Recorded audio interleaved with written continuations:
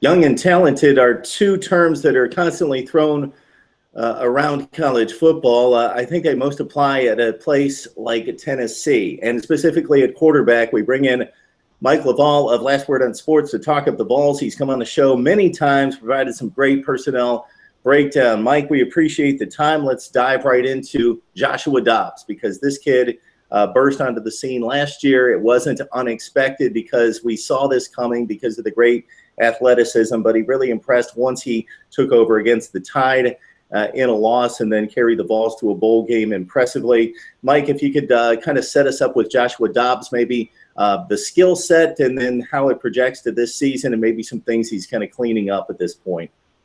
Great, thanks, Mark. Yeah, another word thrown around Knoxville right now is high expectations, and Josh Dobbs is the reason for that high expectations. Dobbs is your prototypical dual-threat quarterback. He can pass, had 9 passing TDs. He was 4-1 last year, finished up the campaign, assumed the starting job halfway through. Finished 4-1 as a starter, had 9 passing touchdowns and 8 rushing touchdowns through the season. So he's got the rushing skill set and the passing skill set. But what the fan base and the coaches like most about Josh Dobbs, the skill set they like most is the intangibles.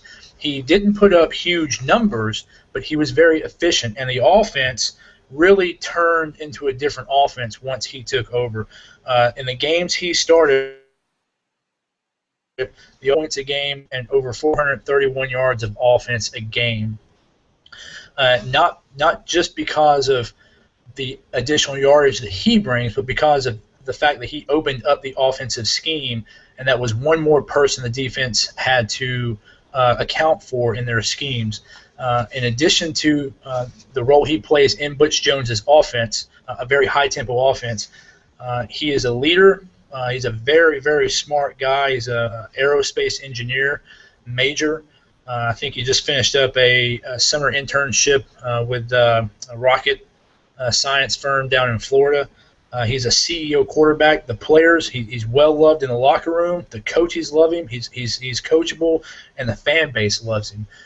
So in addition to his passing and his running, his leadership and his intangibles are the skill sets that endear him to everyone, his fellow players, his coaches, and his fan base. As far as things he's cleaning up, it's really his consistency in his passing game. Like I said, he doesn't put up huge numbers. He just brings that added dimension to the offense. If he can get more efficient, particularly with making the easy throws to the flat and making those mid-level throws, your 10-yard outs and your post patterns, he will be definitely an offensive weapon that could carry the Tennessee team to a 9 or 10 win season if he cleans that passing efficiency up. And that CEO term comes directly from Butch Jones. So when a coach of that stature has a young quarterback, he typically throws around a lot of accolades in regards to athleticism and ceiling and potential. But to term it like that after about 5 starts is gives you indication of what he thinks of Mr. Dobbs.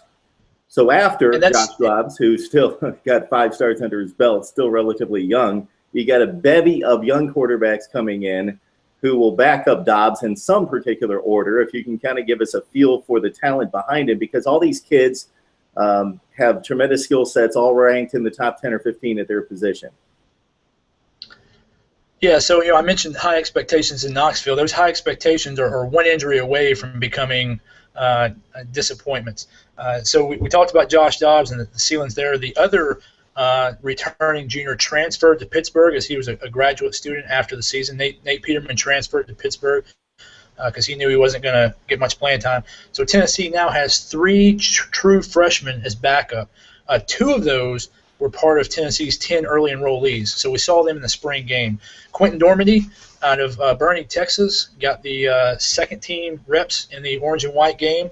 He's a 4-star, coach's son, good build, 6'4", 200. He was ranked as a pro-style quarterback. Senior year, had over 2,000 or 3,000 yards and in his two varsity years in high school, had 6,000 yards and 59 touchdowns.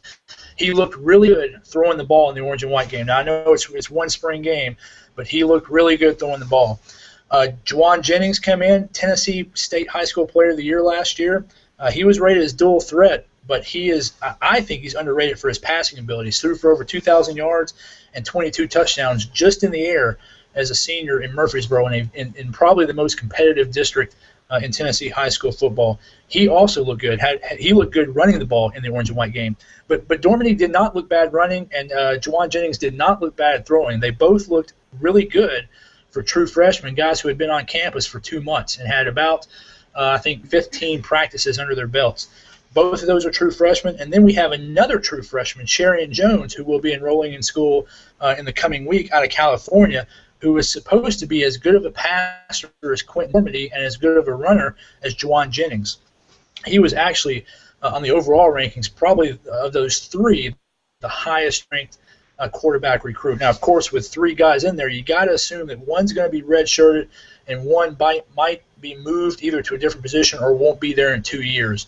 But Tennessee fans are very excited about the future of the quarterback position. 3 really talented guys. And you got to think of those 3 really talented guys, at least one of them is going to be a very suitable heir apparent to Josh Dobbs after next season. And as we've talked about in previous videos, especially concerning recruiting, high-level quarterbacks coming in from Texas, California, and Tennessee speaks to Butch Jones locking down the state and then also going elsewhere for top-level talent, something that hasn't been accomplished at Tennessee for quite some time. Mike Loveall joining us from Last Word on Sports to break down Tennessee.